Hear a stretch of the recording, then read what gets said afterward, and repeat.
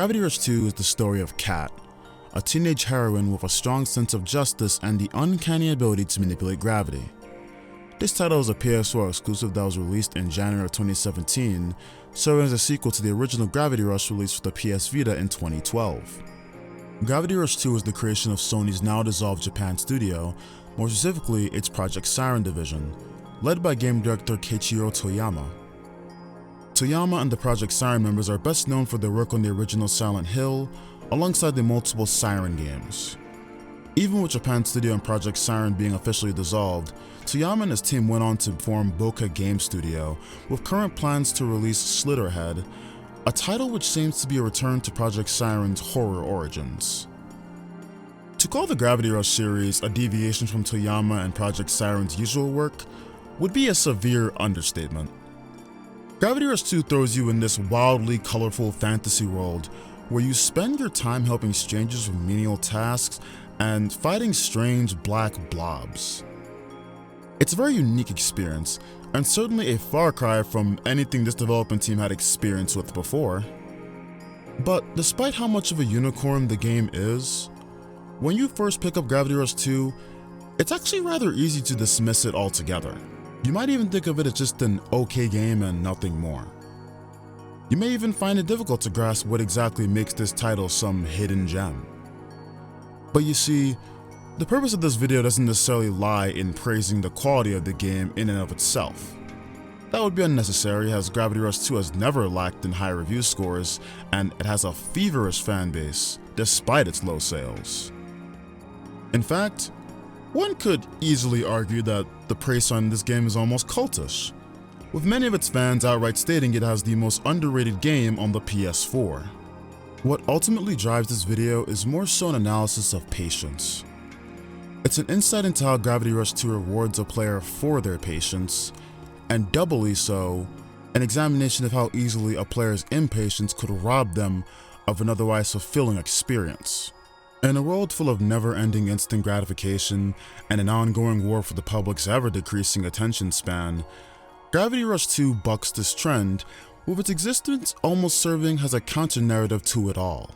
Despite the rush of its namesake, it seems that this game is on a constant mission to remind its players that games are meant to be an experience, and not something you simply rush through. On its face, this is a corny platitude, maybe even a bit cliched.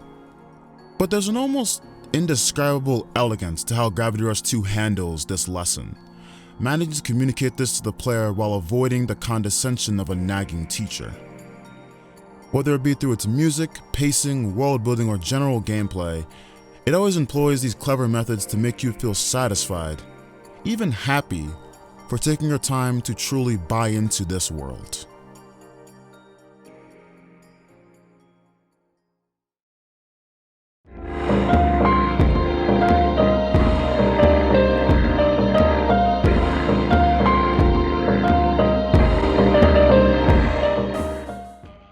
It's been an estimated 3 years since I first played this game, and coming back to it, the greatest shock to my system has certainly been its dedication to world building and immersion. There is, sincerely, nothing like this game. You're submerged in this crazy, gravity-defying floating city-state with a culture and people that are so strikingly distinct from anything you may have experienced before in a video game. Games like these are one of a kind. I almost don't remember the last time a dev team has made me actually buy into its world. But Project Siren seems to put a higher level of care into Gravity Rush 2. You can see this in the game's surreal environments, distinctive character designs, unique dialogue choices, and generally by watching how Kat just interacts with the world. From the moment you click New Game and boot up a new save file, the game wastes no time in throwing you into a literal storm. You are a faceless miner in some sort of cage, being lowered down. Where are you being lowered down to? Who fucking knows? On your way down, you are slowly lowered into a weird purple vortex, where a rock hits your cage. You go lower and suddenly, it's a bunch of orange blob-looking structures surrounding you. You finally enter the atmosphere and you have to immediately ask, what the fuck is any of this? The sky is shades of red and green, You see no sort of sun or moon anywhere. You're surrounded by numerous floating rock structures that almost feel like temples, a hint that a civilization may have existed here at one point. There's just a bunch of random green spherical objects that all the miners are trying to dig into, placed all over the area. It all feels very purposeful, like the dev team is trying to ease you into the weirdness of it all. Then suddenly, a gust of wind hits you, and then your suit breaks. At this point, more questions start forming in your head. If they can breathe perfectly fine without the suit on, what are the suits for? What exactly is going on with this world? Why is the sky this strange color? What is the true nature of the danger they're suddenly in? But the game affords you no time to think about any of this, as a storm suddenly hits what was a relatively calm environment. Now you are suddenly being tasked with running for your life and trying to not get hit by the several giant rocks flying at you. This section is not that long. It's probably 7 minutes of gameplay, but it's a really effective set of world building. As a new player, you are already being conditioned to accept one simple fact. The new environment you find yourself in is chaotic, unpredictable, and has no easy parallels for comparison.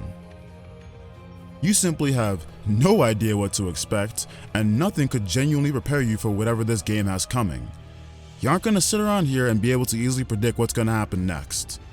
A mere 5 minutes ago, you were simply talking on the radio with some miners, and very quickly, your surroundings became a death trap. With no time wasted, the game plants so many possibilities and questions in the mind of a player in a 7-minute time frame. It's an extremely effective opening, and it throws out any expectations you may have had. And then right after your little trip to the mines, you're introduced to a floating settlement where your protagonist resides. Walking around the settlement, you can't help but wonder, how is this thing floating in the fucking sky? Everything about this place feels so rudimentary and cobbled together, but somehow there's something that allows for this floating village. It's all very contrary to what we usually picture when we see a floating city. It's not a rich-looking area by any stretch of the imagination. Eventually, you may notice the purple crystals at the bottom of the settlement and assume they may have something to do with the structure's current existence, but even then, you're still going to be left wondering how exactly anything in this world works. And mind you, this is what you're being forced to take in during the game's tutorial phase. This is all within minutes of launching the game. It's so early in the game that you can't even control gravity yet. In retrospect, I find it absolutely insane that I wasn't immediately transfixed by the opening sequence. It does so much within a couple minutes, but it's almost as if I was somewhat bored, not actually paying attention to all of it. It's honestly a shame I never personally took notice of how much was going on during my first playthrough, because upon replaying this whole game, I began to notice that almost every area I visited was visually striking and distinct. Outside of the Bokeh settlement, the first major location you're introduced to is Jirga Paralau. Jirga Paralau is a massive sprawling metropolis consisting of a series of floating islands. Most interestingly, this area is made up of 4 layers. At the middle layer is Lake Holmosna, the most populated area of Jirga Paralau. Below that is the bottom layer, Le Algona, home to the city's impoverished. At the top layer of the city is Le Havina, home to the city's wealthy elites. And even higher than Le Havina is Avarash Al Govena, the residence of this country's military and ruling council. After leaving the old settlement, the first layer you explore is Lake Holmosna.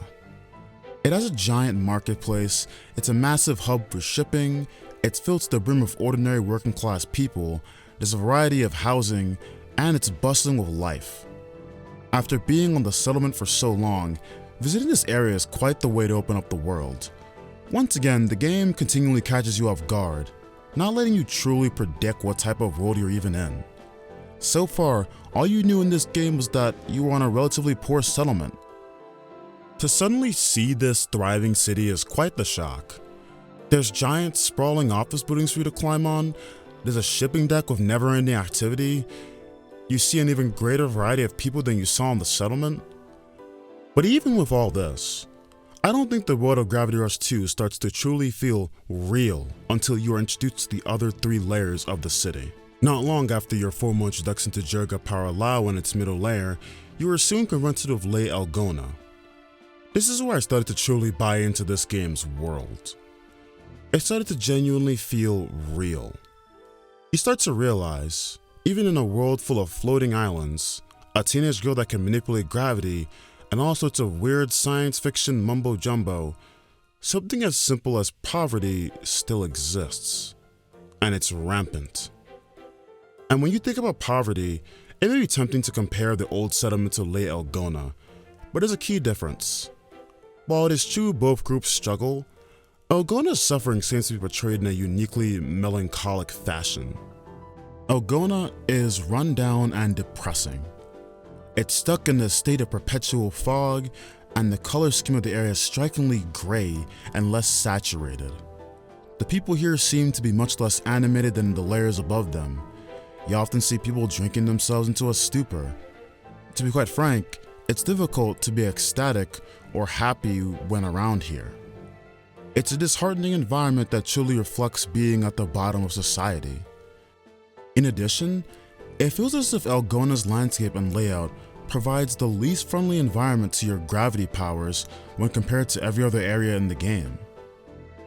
This feels like a purposeful design decision, as if the developer is signaling, even through their map design, that Elgona isn't meant to be a fun place. There isn't anything that makes the player excited to visit Elgona often, almost mirroring how you might feel about the more poverty-stricken areas of your hometown. In real life, I only went through those areas for school or job purposes. I only went there so I could gain something. Likewise, I only went to Elgona for missions. This comparison almost feels silly, but I really did buy into this vision of Elgona, to the point where I responded to the environment similar to how I would in real life. The game then flips the script and makes you visit Ley Havina. After seeing the dilapidated state of Elgona, it feels rather purposeful for the game to so aggressively shove affluence and wealth in your face. Havina is beautiful in an almost dystopian way. The skies are bright and vibrant, it's full of unfathomably huge buildings. There's parks, mansions, and churches. This is a society of true comfort, and relatively speaking, it just might be the most beautiful area of Jirga Paralao. There's rainbows everywhere, it's constantly bright, everyone seems to enjoy a carefree life. But that's what gives it a dystopian feel. It's too good to be true. Equal to Elgona, I fucking hate coming to this place. There's an almost annoying air to all of it. Kat never feels like she belongs there, and the characters in this area often reinforce her belief, even if they do it on accident. My current career path forces me to rub elbows and shake hands with a lot of relatively upper class and privileged individuals. The Ley Havina of my world, so to say. And just like Kat, I often find myself out of step with these people, humbled by my time spent at a lower class. Interestingly, Havina grants more opportunities to use your gravity powers and significantly more mission opportunities than Elgona. Again, this feels purposeful. This map design speaks to the fact that even if you hate being engulfed by the arrogant and pompous nature of Havina, you'd probably still prefer spending time around Havina than Elgona. It's like visiting a bustling city. The materialism and vanity of Hollywood might gross you out, but I'm not sure you'd be excited to experience the poverty and hopelessness that pervades Skid Row. And then there's the true top layer, Avarash au Govena. It holds a giant military fortress named Bismillah and a little hub named Dora Harilion, an area where government officials live. I love the decision to give Govena its own layer. Govena by itself is not a particularly large area when compared to the other layers. Havina could have reasonably accommodated a space for a military base or a home for the council members. But the game purposely avoids that, instead deciding to double down on the hierarchy of the society, with the only people being higher than the Havina elites being the government itself. The other areas made me feel like I did not belong there, but Govena makes me feel like I am not allowed there. There's an acute sense of paranoia, with all visits to this area feeling tense. Bismalia feels dangerous, and it is dangerous. Your first introduction to this area is you attempting to fly up to it and having the military attempt to shoot you out of the sky for even daring to get close. And almost every time you visit, you are required to be as stealthy and as nondescript as possible. There is an absurd amount of effort put into the environments and worlds you find yourself in. And this is me only giving a surface level description of some of the first areas of the game. I haven't even discussed Hexaville, the various mining sites, the one rift plane introduced in Raven's DLC, or the myriad of endgame content. I can admit, sometimes this game environments lack subtlety with how they portray certain themes and ideas, but it's never egregious. You can still buy into Gravity Rush 2's world because it never stops being distinctive, varied, and original. And I still can't believe I never fully took in what it had to offer. But when praising this game's immersion, it doesn't just lie in its environments. It also pops up with the people you find in the game and how they look. You can try your best, but I don't think you'd be able to pin down the ethnicity or race of any human in this game. No one in this game seems to really have a real-world equivalent you could instinctually latch onto. You know they're humans, but that's about where the buck stops. Where do I even begin? Kat is a blonde girl with red eyes. She's wearing clothing I couldn't even describe to you. Sid is a tan dude with golden eyes and short white hair. Callie Angel has purple eyes and an almost reddish tan to her body, all while rocking this goofy superhero-esque getup. And hell, maybe this is cheating, but the creator gods look fucking unbelievably distinctive too. Sienna's got this blue hair and insanely pale color to her skin, and meanwhile, I can't even pin down what the fuck Bit is. In his human form, he has this turban with tattered clothes alongside some red markings on his head that make him sort of resemble the look of a lower class Indian boy, but in his true form, he suddenly has a helmet, a third eye, and this full body suit that resembles something straight out of a Tron light suit. Shit like this is why I adore the character designs and general look of this game. There is such a variety amongst the people of Hexville and Jirga Paralao, and I love it because not only is the variety aesthetically pleasing and nice to look at, it has the bonus addition of making this game that much more self-contained. The people in this game feel like they're from an alternate, bizarre version of the planet we already live on. They're close enough to be recognized as human, but alien enough to not really match up to any one ethnic group or culture. Their varied eye colors, strange mix of skin tones, very distinct hairstyles, it really is something you've never seen. And I find this particularly cool because it makes it slightly harder for the player to subconsciously form positive or negative associations with a character based on superficial nonsense. There's such a wacky fucking mix of character appearances that when you identify with a character, there's a much higher likelihood it was based entirely on the essence of that character and who they are. This really plays a fundamental role in your experiences and interactions within this game. But for me, what builds up the fictional world the most isn't even the designs of the characters or how the environments work. No, the most impressive step they've taken towards immersion and world building is how the characters actually communicate. Getting this far into the video, I doubt you haven't figured this out already, but the language that characters communicate with in Gravity Rush 2 is completely made up. Julish, Shishua. Tu. Balfesebu. Blasto. Sia. Ashi. Oh, Zevi, huh? The language is simply called Gravity. And this is easily one of my favorite decisions within the game because it does an abundance for the game both narratively and practically. A quick disclaimer, for the rest of this video, I'm going to refer to this made-up language as Gravlish. I know it's a mediocre name, but the canonical name is Gravity, and that would be a bit redundant and confusing, so we're gonna go with Gravlish. Regardless, when first booting up the game, one of the first things to confuse you will most certainly be hearing the characters speak. They're speaking a language that is most certainly not Japanese or English. On the face of it, it sounds like a very real language, and if you're anything like me, you eventually Googled it just to make sure you weren't going crazy. But upon figuring out it wasn't a real language, I of course told myself, well, duh. But here's the thing. This language, even after you fully understand that it's essentially nonsense, it still manages to effortlessly immerse you into this game's story.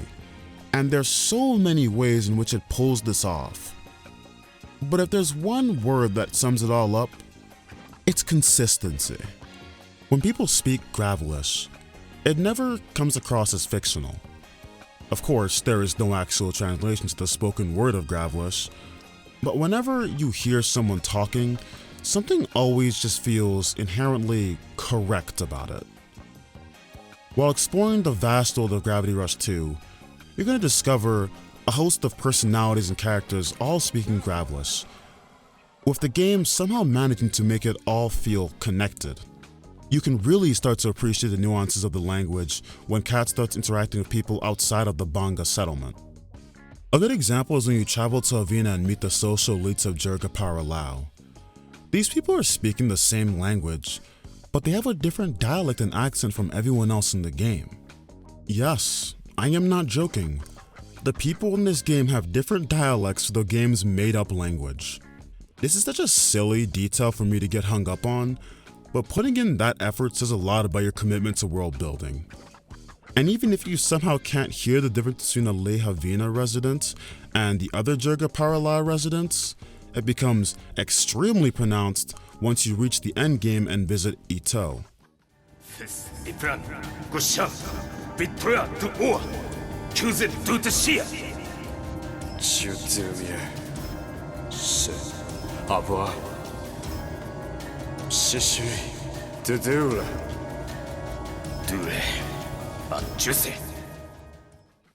The people of Eto in particular simply do not sound the same as anyone else in the game, and it's impressive.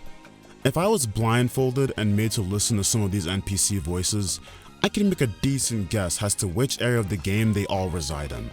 And this consistency is not limited to the spoken language. Even the written language of Gravlish has work put into it. My mind was blown away when researching for this video, because it turns out that Gravlish can be directly translated to English through a cipher involving subtracting and flipping letters. Project Siren most certainly did not need to do this. They could have just thrown some random symbols and called it a day, but no, they did it anyway because they care that much about the little details in their game, and I love how they employ this.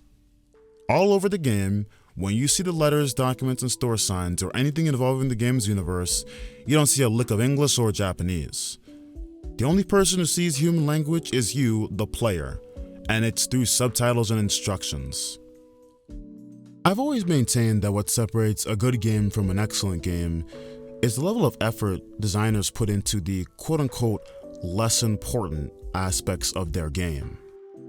No one was ever going to buy Gravity Rush 2 because of some strange esoteric fantasy language. It's most certainly not the hook or attraction to this game. So to see this much thought and care put into something so relatively minuscule, it says a lot about what mind state the developers were in. They truly wanted to craft something special here, and they weren't content with just doing enough. When Keiichiro Toyama first introduced Gravity Rush 2, he seemed to be obsessed with the idea of immersion. He wanted to avoid the emptiness of the original Gravity Rush with the goal of truly expanding the world and making the surroundings feel much more alive. I'd wager Project Siren accomplished this and then some more. Not taking your time to enjoy a game can cause you to miss out on some rather subtle but fantastic details. I never noticed just how much effort was put into the language of this game. I never took in the detail put into every area and environment within this game. In my mad dash through the game's story, My original playthrough caused me to never appreciate the game's commitment to immersing me within its world, which is a shame because this aspect of the game isn't even a hidden gem, it's a diamond within plain sight.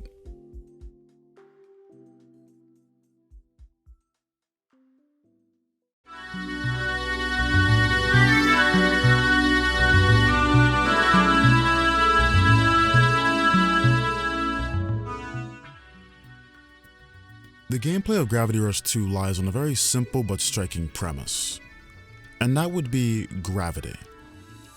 In this game, you play as Cat, a gravity shifter. Shifters are beings with the capability to freely manipulate gravity.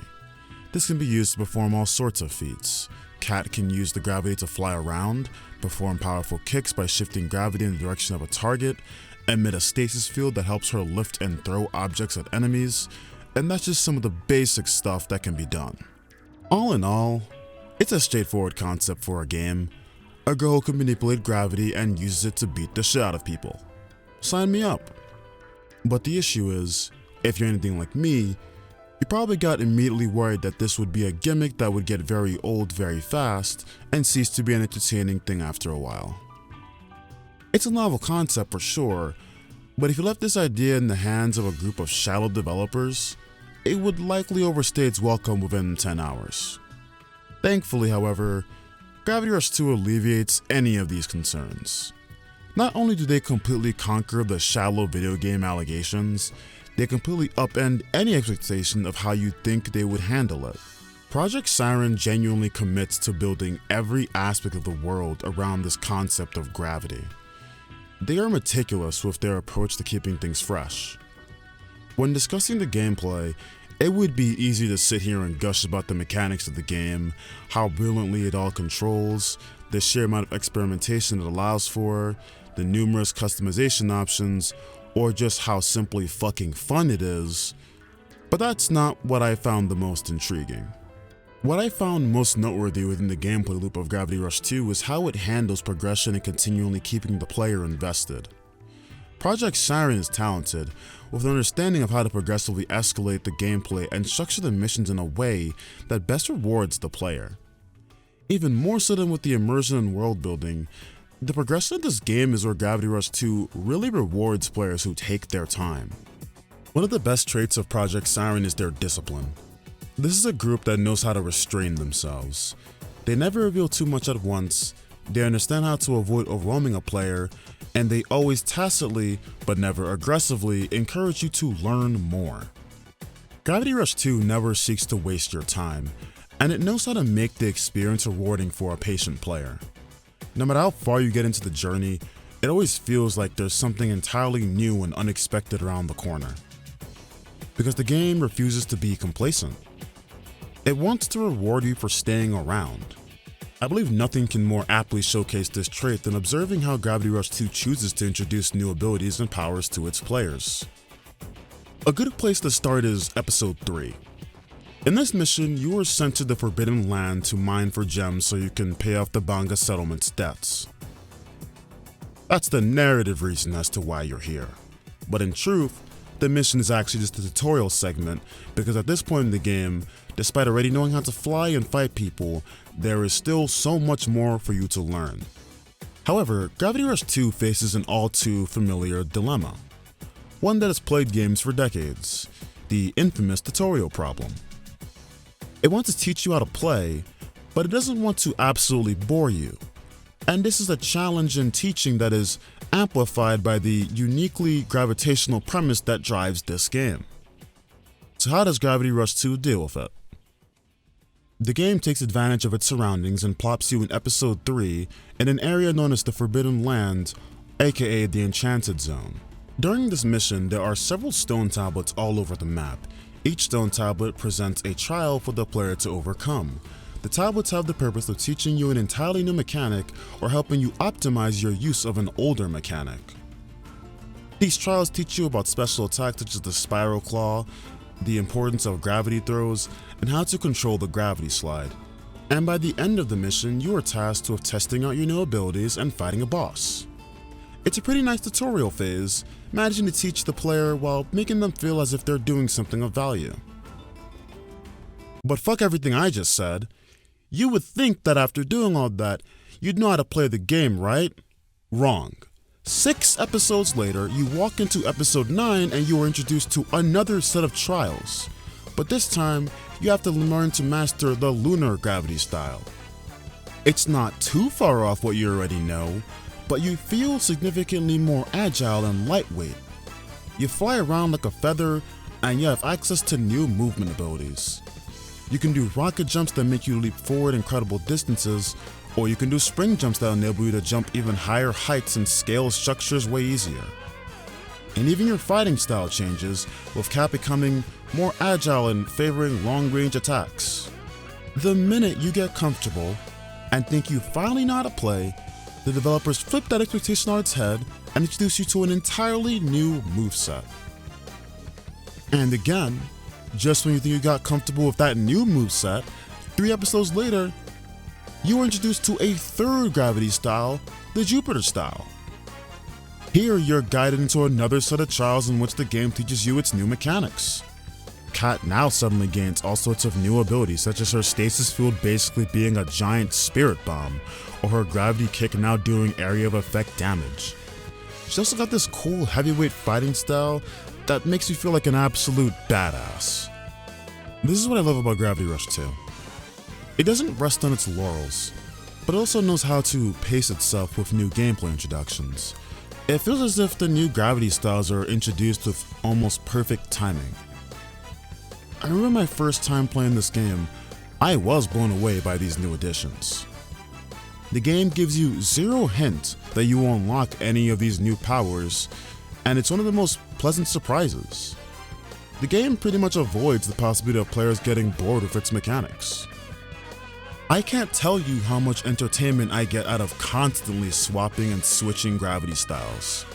And that's probably what's most impressive about what the developers accomplished here. They rarely force the player to use lunar or Jupiter style.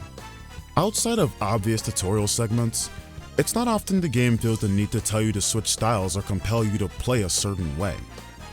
The developers could have easily made the mistake of shoehorning these abilities into every other mission and being obnoxious about it, but they never did. And it speaks to their confidence. They know these styles are so fun to use that they just expect players to independently use them all the time. And they're right. These abilities do not feel gimmicky, they feel core to the gameplay experience, and I constantly use them, and oftentimes for no reason.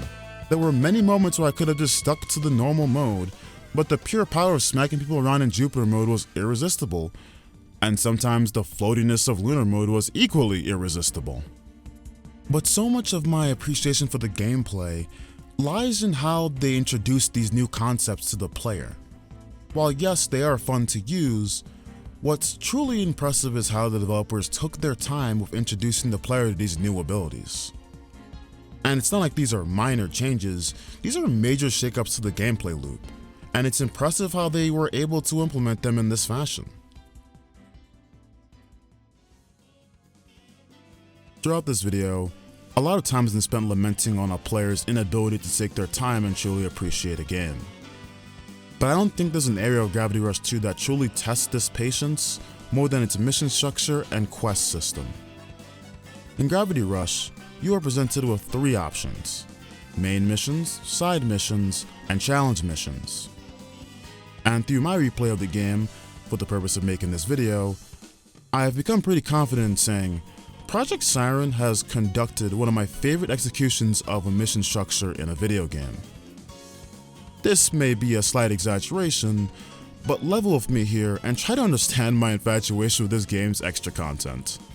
You gotta understand, I'm a guy that normally just skips side missions. In a lot of games, they feel like a drag. They are often not well thought out because for a good amount of developers, it's just time padding nonsense. That's why you always get those standard generic missions like kill 6 enemies in an area 300 meters away, or find an item in this other area 700 meters away. These missions lack sincerity, as if no one making them really cared about them. But that's simply not the case with Gravity Rush 2. I'd go as far as to say that the side content gets almost as much attention as the main story. Obviously, the side content isn't treated as equally important as the main story, but it's clear that it wasn't an afterthought. It's an important part of the experience, all while never feeling required for the experience. I absolutely adore the effort put into these missions. With them truly telling their own stories, you often meet the same characters again and again, with their narratives building on top of one another, often connected to the main story itself. These side missions helped me fall in love with this world even more, and made things so much more grounded. More specifically, the most impressive part of these missions are their variety and their almost mundane nature. You never know what you're about to do, and I really love that. These missions hit every note. They can be goofy, serious, hilarious, challenging, and often absurd. One moment you're helping a horny old dude who demands that you take 5 pictures of beautiful women because he believes that that's the only way to ward off evil spirits trying to end his life. Another moment, 3 little kids with pet seagulls could have you flying through the air in a surprisingly challenging race. You could also find yourself hired by a duplicitous talent agent who has you pose as a famous actor and proceeds to have you act as their stunt double. Or you could be sent off on a stealth mission where your job is to spy on a dude who's possibly cheating on his wife, even though you know very well he's not actually cheating on her. But perhaps that's what makes the missions and quests feel so magical. They're often simple and mundane tasks, but not in a typical RPG way. They're not asking you to do a silly kill X number of enemies type quest. The captivation comes from the game throwing a myriad of slice-of-life anime-esque scenarios at you. It has the effect of making the game feel much more grounded. It helps the world not feel like it revolves entirely around Kat. One of my favorite side missions is Find the Idol 2. This mission is essentially about a talent agent hiring Kat to pose as a much more famous pop star by the name Poteri Doll. He wants Kat to run around Freedom Square to draw fan attention and guide them away from the area so Poteri can get through. It's one of the later quests in the game, and it plays a part in the ongoing narrative regarding Kat's insecurity regarding her new lack of fame within Hexaville. After Kat successfully guides the numerous fans away from the area, she's approached by 2 teenage girls. Initially, Kat believes the 2 girls have mistaken her for Poteri Doll, only to learn the girls actually know who she is and are requesting an autograph. I couldn't help but smile ear to ear during this scene, because this was such a moment of vindication after witnessing multiple story beats in both the main and side missions where Kat was treated like a nobody. The Gravity Queen who saved Hexaville was finally acknowledged by a stranger, and it was right as she was going to let go of the prospect of regaining her previous fame. That's a pretty cute moment. In addition, I also really appreciate how Gravity Rush 2 handles the rewards for side missions. Not only does it not tell you what reward you'll get for completing the mission, the game also specifically avoids rewarding you perhaps the most useful thing it could: gems. When you decide to do a side mission, not only do you have little idea what the mission may end up being about, you barely have any idea what will be requested of you, and you will have no idea how you'll be compensated. Now, on the face of it, this sounds like a dumb fucking idea, but it actually serves the game really well. Firstly, I love the fact that this system makes it so you are almost never doing a side mission with a specific reward in mind. It really does help you just enjoy the story for what it is. You aren't here under any sort of pressure. You aren't desperately hunting for a specific item or boost. I am really glad that the rewards are not revealed outright, because this lack of information actually helps you realize that the joy is meant to come from the journey, not necessarily the destination. Furthermore, the rewards you get from these are mostly cosmetic. Most missions reward you with simple stuff such as emotes, photo items, furniture, costumes, and sometimes a slight health boost. From a purely gameplay perspective, most of this shit ain't that useful. A silly sitting emote or a new camera filter aren't gonna help you progress the main story or get the edge against a difficult boss. If the developers really wanted to, they could have chosen to reward you with gems, which then in turn, you could have used to improve your skills and abilities. But they purposely chose to never reward the player in such a way, and I really do appreciate this decision. The structure of the side missions has the benefit of humanizing the people who you are doing side quests for. They become less like NPCs who you are simply talking to for a reward, and they become more like people whose stories you want to see progress.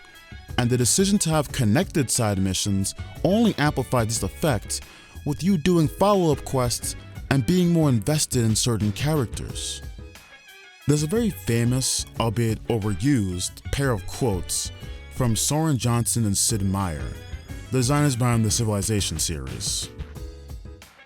Given the opportunity, players will optimize the fun out of a game. One of the responsibilities of designers is to protect the player from themselves. As an individual who is very prone to min-maxing and over-preparing for things, both in professional life and in something as simple as a little video game, I know for a fact, if the reward for doing side missions was gems, I would have blindly rushed through that content and not taken my time to enjoy it. There's a reason why I barely bothered with side missions during my first actual playthrough. It's because I dismissed them as unnecessary. I couldn't get the reward of gems, so I decided I didn't want to give these missions an honest chance. And you know what? That fucking sucks. And while we're on the subject of gems, the decision to stash gem rewards behind challenge missions is an act of subtle brilliance. Challenge missions, as their name entails, are a challenge. These missions are often testing your ability to use gravity and execute this game's mechanics. The more successful you are when faced with these trials, the bigger your overall reward. I like this decision because the game is rewarding you for mastering its various mechanics and systems. The better you are as a player, the more gems you receive, and the more gems you receive, the more abilities you can unlock for the sake of mastery. It's a very satisfying gameplay loop that's constantly reinforcing itself. Not to mention, I feel a genuine sense of competition when doing these tasks. With this game's unique movement and novel gameplay ideas, there's something especially satisfying about beating my goal time by 1.5 seconds, or increasing my score by just a little bit more. Sadly, by the time I started making this video, the Gravity Rush 2 servers were no longer up, but I like to imagine there was an intense amount of competition back then. I would have liked to see how I measured up against the thousands of players. I reached a point where I was having so much fun with this game's side content that I started casually going to the mineral deposits for no reason at all. I didn't want gems, a talisman, or any sort of reward. I just got so used to exploration and goofing around that I decided to mine minerals for funsies. For someone who's as goal-oriented and obsessive as I am, the idea of me doing something with no goal in mind is fucking bonkers. Even the creation of this video was a goal in mind when I decided to replay Gravity Rush 2. But here I was, doing a completely unnecessary task, and it felt sort of exhilarating. Through both its missions and gameplay, Gravity Rush 2 has a firm grasp on how to keep its players invested. Its unique mission design serves to bolster up its narrative and flesh out Kat's world. It introduces new mechanics up until the very end of the game. Rushing through a title like this could easily lead you to miss out on some of the finer details and truly understanding what makes the game so special.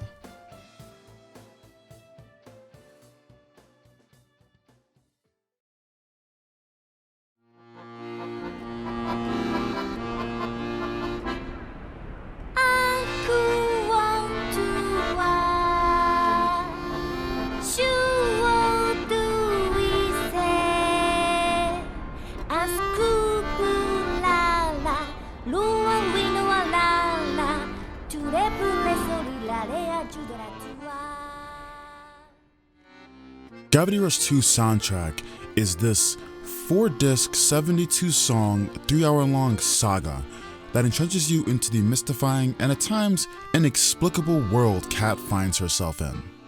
The game features an energetic, chaotic, and dramatic score, constantly incorporating different elements of jazz, symphonic rock, and cinematic classical music. This is all spearheaded by Kohei Tanaka, a veteran composer with about 40 years of experience with a specialization in the anime industry. He's composed dozens of soundtracks for films, OVAs, and TV shows. More specifically, you may know him for his work on One Piece, a series he's been with since 1999 and still works with in 2023. To give you an idea of the type of guy Tanaka is, he was given 3 days to compose an opening for JoJo's Bizarre Adventure. And he did it in one attempt. He was not asked to make any changes or tweak a single aspect of the work he submitted. He composed one of the most iconic pieces of music in the franchise on a whim. Just like that. In addition, I think it's really important to note that Tanaka, in his own words, doesn't really even consider himself a games composer. He noted in a Famitsu interview that even though games and anime generally have overlapping fan bases, he sees obvious differences in composing for the two mediums. But despite that, according to Tanaka, the original Gravity Rush marks the second time he ever won a first place award for his work. I of course mention all these accomplishments, awards, and accolades for good reason. Despite Tanaka claiming that this isn't his primary medium, he still created something truly special with this game. The worst part of discussing the music in this game is the fact that I have to be extremely selective, choosing carefully what to highlight and what to ignore. With a soundtrack this well done, it's relatively painful to have to make these decisions.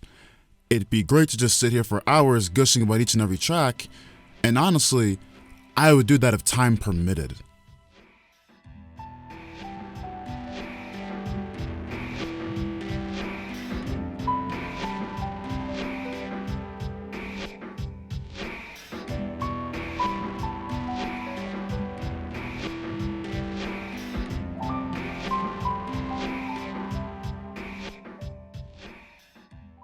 But despite all the praise I've thus far heaped on this game and its music, I'll have to sadly admit, I didn't really appreciate this score upon my first playthrough. Perfectly in line with the rest of this video, I didn't take my time to appreciate the music. I guess a part of me knew it was good from the beginning, but I didn't really grasp how much was actually being accomplished with it. Almost all of these tracks are standouts that grip you emotionally and truly capture the moment they find themselves in. Take for example the song Set Sail.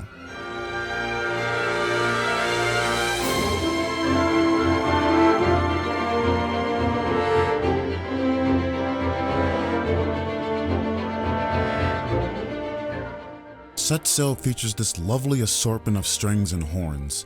It captures the adventurous attitude of the game so perfectly. It's a song that usually plays when a good result has been achieved, and I love it. Tonally, it feels like a victory theme, but it also maintains this sense of wonder, as if there's still more to be explored. Whenever it feels like the song will end, it loops in such a perfect way, as if it's signifying to you that there is still more to uncover. I would also love to call attention to one of my favorite tracks, Fight Gravity. This tune has 2 separate sections, both used for major fights, and both are fucking outstanding. The first section sounds like a theme for an optional challenge boss in a JRPG.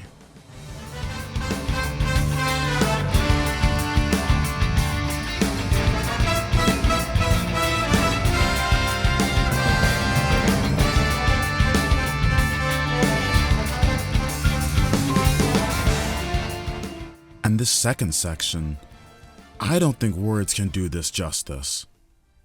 You just need to listen to it. Let your ears do the judgment.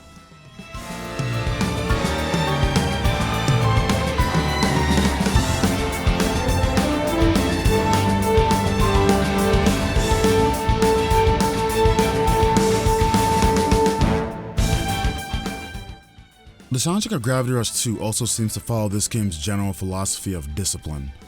Despite the grandiose nature of everything that's going on at any moment in time, Tanaka seems to never get carried away. Take a track such as Le Elgona.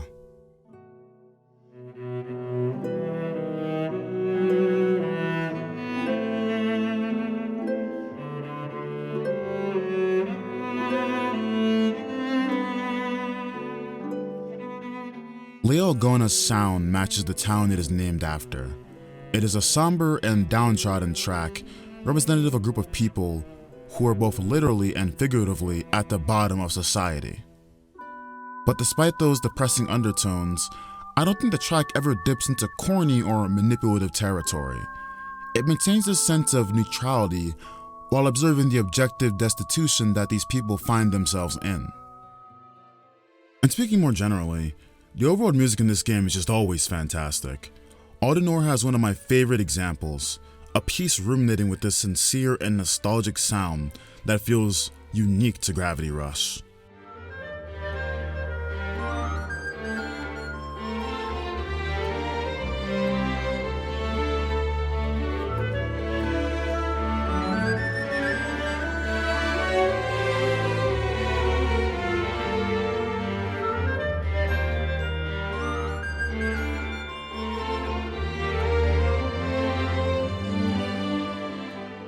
I didn't play the original game, but whenever I load into the old town and hear this music, I am astonished by how much this area truly feels like home to me. Whether it be Venice Centre, Industria, or Pelagione, all of the overall music in this game is magical. And when I told you that Tanaka never seems to get carried away, I fucking meant it. The theme of this game truly is restraint. Take the song Angel for example. I don't think there is a single vocal in this game's soundtrack until the song Angel appears.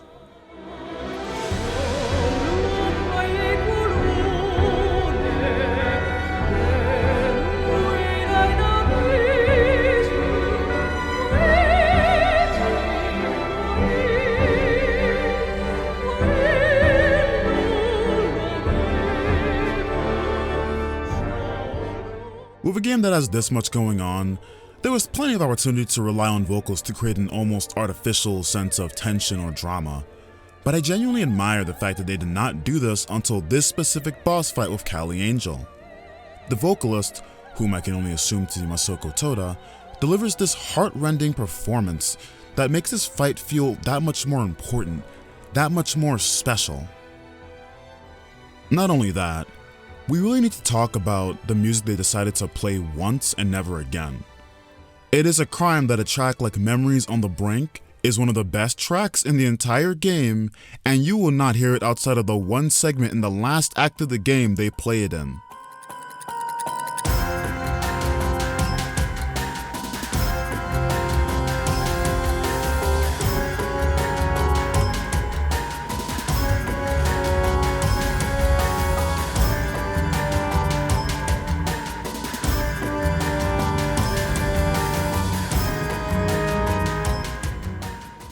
I love this track. You can feel the tension. You know your adventure is reaching its conclusion very soon. When I first heard this, I felt a fucking rush, like I had to solve these puzzles as quickly as possible or suffer a terrible fate. It was as if the world would end if I didn't go any faster. And the orchestra in this game, God bless their fucking souls, man. One of my favorite moments in the game's soundtrack is most certainly on the song Fundamental Forces. Chills run down my spine when in the middle of the song, they decide to interpolate the Gravity Rush 2 theme into the track.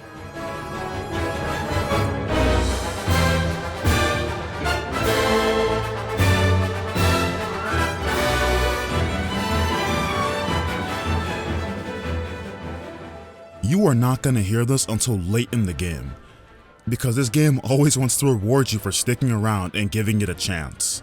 Even the composer sees fit to throw a random bone at you. For a relatively amazing track as is, I can't help but love it even more when it adds something as little as that.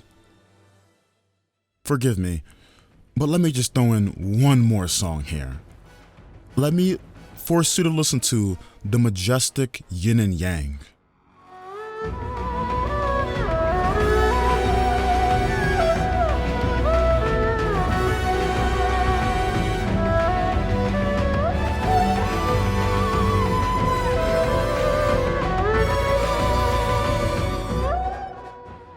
Listen, I really wanted this section to be short, but I lack some discipline.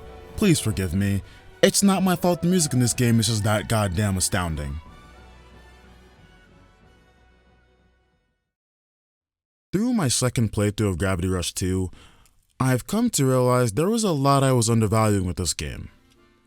I've talked about that extensively throughout this video. But it was starting to become a little bit embarrassing for me once I started hearing this game's music again. I've always called the music in this game average. But how could you hear something like this and walk away with that conclusion?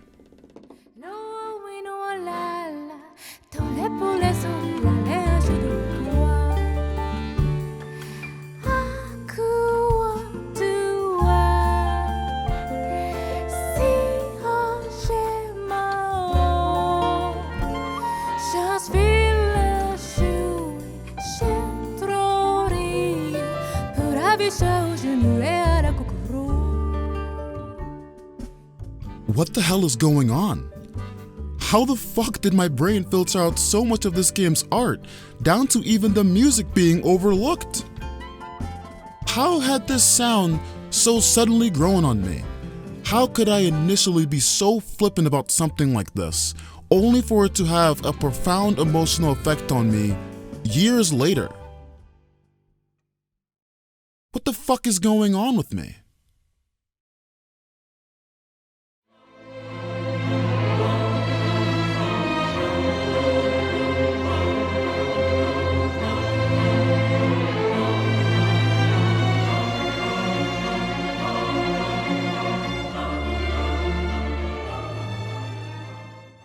I have a confession to make, something I need to get off my chest. I find myself kneeling before the metaphorical altar of the video essay format. I feel the compulsion to admit my sins. You see, throughout this video, I've been progressively and more aggressively chastising myself. It started off as me talking in third person, but the closer we get to the end, the more I've been talking about me, myself, and I. It's been mostly me kicking myself over the fact that I never got a full experience out of Gravity Rush 2 because I wasn't taking the time to truly digest the game or appreciate the art for what it truly was. I was an impatient idiot. I didn't really give the game enough credit for its unique environments and world building, I underrated the music, and I only somewhat acknowledged the gameplay. But up until now, my analysis has been purposely omitting a giant part of this game. It's the story. By itself, the fact I never appreciated the story of Gravity Rush 2 feels like a massive indictment on me as a critic. It's an absolutely beautiful tale, and I imagine I'd be even more ecstatic about it all if I had played the original Gravity Rush and caught the many references they were tossing around all over this game. The more attentive amongst you may have noticed that the section of the video is called Ito, which is in reference to the last chapter of Gravity Rush 2. Now you may be asking, why is this particular section of the story special as compared to the rest of the story I've already been ignoring this whole time? Well, to make a long story short, it wasn't until my second playthrough of Gravity Rush 2 that I realized something. I never finished the fucking game. Yes, you heard that right. I didn't even complete the fucking game. The game I was planning to make a video on. Some of you may have already picked up on how I made this major mistake, but I feel it's only fitting in the video about patience that I explain to you what I did. You see, on its face, Gravity Rush 2 has a short prologue and 3 chapters containing 20 episodes. In episode 20, many story beats reach their conclusion, particularly with you defeating the mutated Kali Angel. After doing this, the credits roll, and it looks like you have finished the game. But when the credits are done rolling, you spawn back in the game, and a quick cutscene happens where a shining golden girl appears and hops around for a bit. This otherworldly being, just casually visiting you, is a dead giveaway that the game still has something more to offer. But for some reason, on my first playthrough, that didn't click into my little brain. I did not realize the game had baited me with a fake ending. Despite years of playing video games, for some unforeseeable reason, I just got completely faked out by the credits rolling. And now on my second playthrough, to finally realize that Callie Angel wasn't the final boss. I had never felt more silly in my life. I sat there for years unsatisfied with Gravity Rush 2's ending. I was convinced the game robbed me, only to figure out during my second playthrough in preparation for this video that I had an additional 7 episodes worth of content and an actually satisfying ending just waiting for me. Unplayed, never discovered. I felt like a jackass, an airhead, a fucking nincompoop. That was the moment this video's entire narrative flipped. This was originally just meant to be a standard review of a game, as I've done multiple times. But upon realizing I casually missed out on an entire chapter of this game, I had to do some serious introspection. What could lead me to this point? Why am I like this? How the fuck did this even happen to a person who claims to love video games? And then it hit me. You see, throughout my second playthrough, I had a nagging feeling. I was wondering what was so different this time around. Why was I having so much more fun? It was the same game. But it wasn't until I met the shining girl and that episode 21 transition screen finally loaded. It wasn't until then I realized this wasn't the same experience at all. I saw a post on Twitter once, and it's captivated me for so long. It reads like this. It's so fascinating how there's a distinction between people who play video games because they're a unique experience curated by game designers, and people who play them for the same reason a rat in a cage pushes a button to get food. Sometimes, video games are about patience and learning to respect the game's internal logic, rather than getting immediate gratification. I'm the rat in the fucking cage. Truth be told, I have hipster tendencies. I'm a contrarian, and at times just a stupid elitist. And perhaps rather arrogantly, I occasionally take pride in these ego-driven personality flaws. Even though I don't believe any one individual is truly special or unique, I'm still as delusional as the next guy. I sometimes want to think of myself as this super unique guy with an acquired taste for media, specifically when it comes to video games. So for me, the guy who likes to pretend he's above playing shitty live service games, the guy who spends all day dunking on free-to-play garbage, the guy who often waits months to try out a game everyone is already praising, the guy who rants and raves about how video games are real art and you must take them seriously, you would think I would go out of my way to avoid being the rat in the cage. But when I look at how I originally played Gravity Rush 2, I simply can't see myself as anything more than that. When I first played this game, I entirely ignored challenge missions, did side missions rarely, didn't even really talk to any NPCs, never went to a mining site once. And you know why I didn't do any of that? Because the game didn't signal to me in any way I'd be rewarded for doing that shit. If I didn't have a guarantee of instant gratification in the form of gems or story progress, what was the point of doing anything else in my button pressing simulator? I wasn't taking it seriously, it wasn't art, it was a dopamine fix. But let's consider something. Let's take this thought experiment just a little bit further. What did I do when I was playing this game originally? I always did story missions and occasionally explored the maps. I exclusively did story missions because I wanted the instant gratification of beating up an enemy and moving the story along as quick as I could. I only explored those maps to get gems so I could instantly feel satisfied by unlocking a new ability. I never explored the map or tried to soak in the beauty. And you may notice, I earlier stated that I never did challenge missions, which some of you may find odd because those award gems. Well, here's the thing. I just automatically assumed a challenge mission would be a waste of time and filler content, so I didn't even do those. I just assumed they wouldn't award me any gems, they just awarded me a time. I was in such a rush, I skipped out on one of the key aspects of the game that could have promoted my gem hunting, one of the few things I actually felt like doing my first playthrough. To put it simply, I was never immersed because I was a rat in a cage pushing a button for food. If I didn't immediately see an avenue for instant gratification, I just ignored it. In my mind, if the icon on the map wasn't a red diamond, it couldn't possibly be of value. And this childish approach is how I ended up missing out on the last act of the game.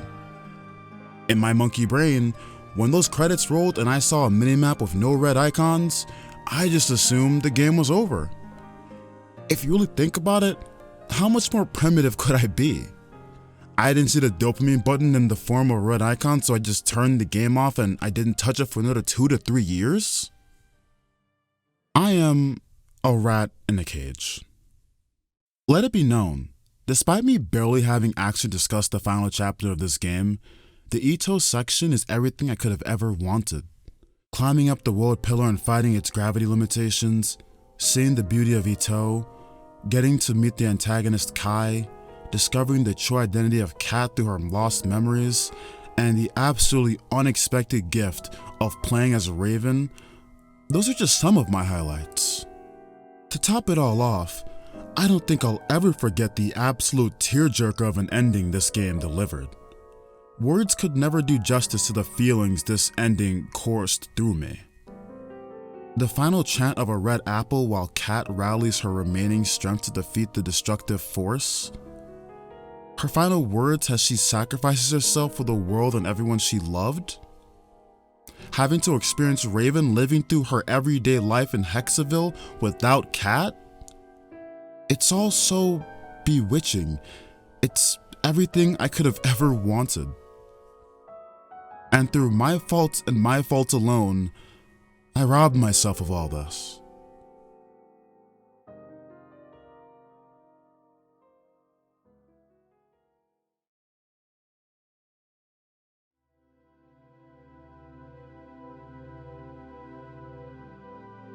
I replayed Gravity Rush 2 during one of the most tumultuous time periods in my life. Every part of my life felt like it was going at 1,000 miles per hour. I was struggling to keep up with the increased academic rigor of law school, I ran into issues in my interpersonal relationships, and I developed insecurities I never knew I had the capacity to even form. Everything in my life was a rush. But in the few moments where I found myself in solitude and getting a genuine break from all of the madness, I stuck to the one thing that kept me at peace: playing video games. And Gravity Rush 2 is where I found my solace. When I booted up Gravity Rush 2, nothing was compelling me. Nothing was pushing me. I was just allowed to just play a game. I didn't feel this need to consume the content as efficiently or quickly as possible. I was just glad to finally have an area of my life where no one was making a demand. And in that process, I discovered what made Project Siren's 2017 release so special. Games are meant to be enjoyed. It's much more than pressing buttons, getting through your backlog, or finding material for your next hot take. This time, I was patient and genuinely gave Gravity Rush 2 the shot it deserved, and my perspective completely flipped. Whether it be delightful storytelling, truly unique gameplay, magnificent musical pieces, extensive world building, distinctive sound design, or ceaselessly beautiful art, Gravity Rush 2 has it all. I'm rating Gravity Rush 2 a 9 out of 10. There was a lot I didn't include in this video. There's a lot that goes into making a video game, much more than world building, progression, or music. This game's high rating takes into account the other aspects I didn't want to discuss, as I didn't want this video to end up being 5 hours long. This is one of the shorter videos I've made because I wanted to focus more of my energy in communicating a greater principle. When it comes to Gravity Rush 2 as a game, not everyone's gonna come away with the same conclusion as me. You may find Gravity Rush 2 unimpressive. You may find it impressive. You may hate it. You may adore it. But if there's one thing I want you to take away, regardless of whether you think Gravity Rush 2 is brilliant, this is about encouraging you to be a little bit more patient.